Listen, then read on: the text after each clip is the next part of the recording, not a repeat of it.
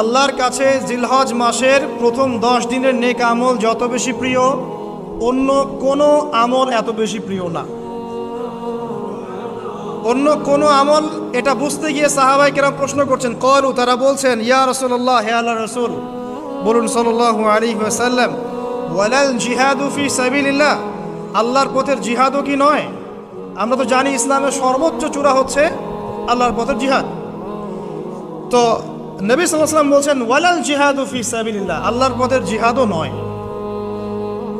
আল্লাহর পথের জিহাদও নয়, ইল্লা, তবে ওই ব্যক্তির কথা ভিন্ন, রাজুলুন খারাজা বিনাফসিহি ওয়া মালিহি ফালাম ইয়ারজি মিন যালিকা বিশাই, কোন একজন ব্যক্তি যে তার জান এবং তার মাল নিয়ে আল্লাহর পথে বেরিয়ে গেছে, তারপরে কোনো কিছু নিয়ে সে ফিরে আসতে পারে নাই, মানে সে শহীদ হয়ে গেছে, এই ব্যক্তির কথা ভিন্ন। কিন্তু অন্য যে কোনো দিনের আমলের চাইতে এই 10 দিনের নেক আমল আল্লাহর কাছে সবচেয়ে বেশি প্রিয়। তাহলে আমরা বুঝতে পারলাম, আমরা যে 10 দিনে এখন বসবাস করছি, জিলহজ মাসের আজকে কয় তারিখ?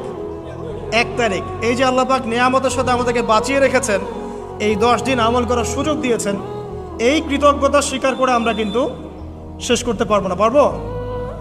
পারবো না। প্রশ্ন হচ্ছে যে এই 10টা দিন আমরা কিভাবে কাজে লাগাতে পারি। আমি সেদিকেই যাবো ইনশাল্লাহ। তার আগে এই দিনগুলো সম্পর্কে আর কয়েকটা ফজিলতের হাদিস শুনিয়ে দিচ্ছে। তিরমিজি, ইবনে মাজাহ, মিশকাতের 128 পৃষ্ঠা একটা হাদিস এসেছে। আবু হুরায়রা রাদিয়াল্লাহু আনহু থেকে বর্ণিত, নবী করিম সাল্লাল্লাহু আলাইহি ওয়াসাল্লাম বলেছেন যে দিনসমূহের মধ্যে এমন কোনো দিন নাই, আল্লাহর দিনগুলোর মধ্যে এমন কোনো দিন নাই যেদিন ইবাদত করা আল্লাহর কাছে জিলহজের 10 দিনের ইবাদতের চেয়ে বেশি প্রিয়। কথা বুঝতে পারছেন? এরপরে নবী সাল্লাল্লাহু আলাইহি ওয়াসাল্লাম বলছেন, ইয়াদুলু সিয়ামু কুল্লি সিয়ামিন মিনহা বিসিয়ামি সানাতিন, এই 10 দিনের একটা সিয়াম বা একটা রোজা 1 বছর রোজা রাখার সমান। এই 10 দিনের একটা রোজা 1 বছর রোজা রাখার সমান। ওয়া কিয়ামু কুল্লি লাইলাতিন ফিহা বিকিয়ামি লাইলাতুল কদর, এবং এই 10 রাতের এক রাতের কিয়াম লাইলাতুল কদরের কিয়ামের সমান। আর আমরা জানি লাইলাতুল কদর সম্পর্কে আল্লাহ পাক কি বলেছেন, লাইলাতুল কদরি খায়রুম মিন আলফি শাহর, 1000 মাসের ইবাদতের চেয়ে উত্তম। তাহলে আমরা বুঝতে পারছি যে এই 10 দিন 10 রাত কি আমল করতে হবে, এই হাদিসটা বলে দিচ্ছে, সিয়াম এবং কিয়াম। 10টা সিয়াম না পড়েন, অ্যাটলিস্ট 3টা সিয়াম পড়া যাবে ইনশাআল্লাহ। পড়া যাবে না?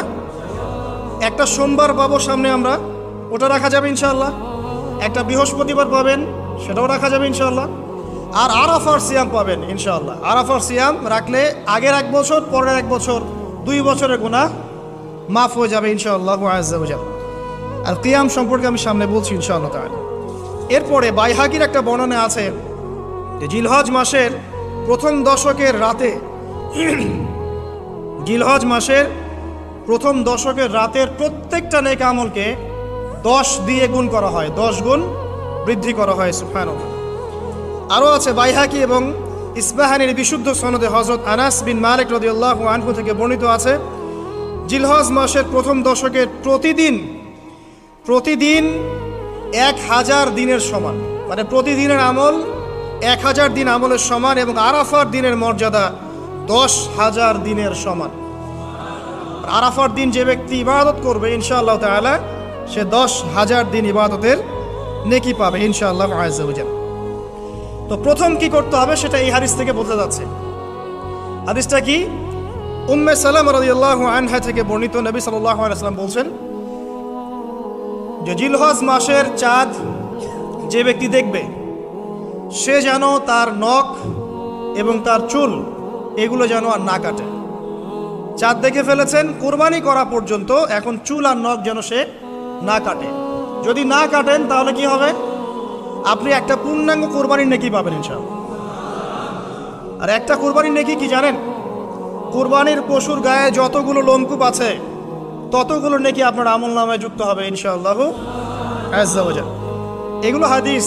এখন আমরা প্র্যাকটিক্যাল কিছু কথায় আসি যে কিভাবে আমরা এই 10টা দিনকে কাজে লাগাতে পারি। আমি সবার আগে দোয়া করছি, আল্লাহ পাক যেন আমাকে সবার আগে এর উপর আমল করা তৌফিক দান করেন, আমার পরিবারকে তৌফিক দান করেন, এবং অতঃপর আপনাদের সবাইকে যেন আল্লাহ পাক এই তৌফিক দান করেন, আমিন।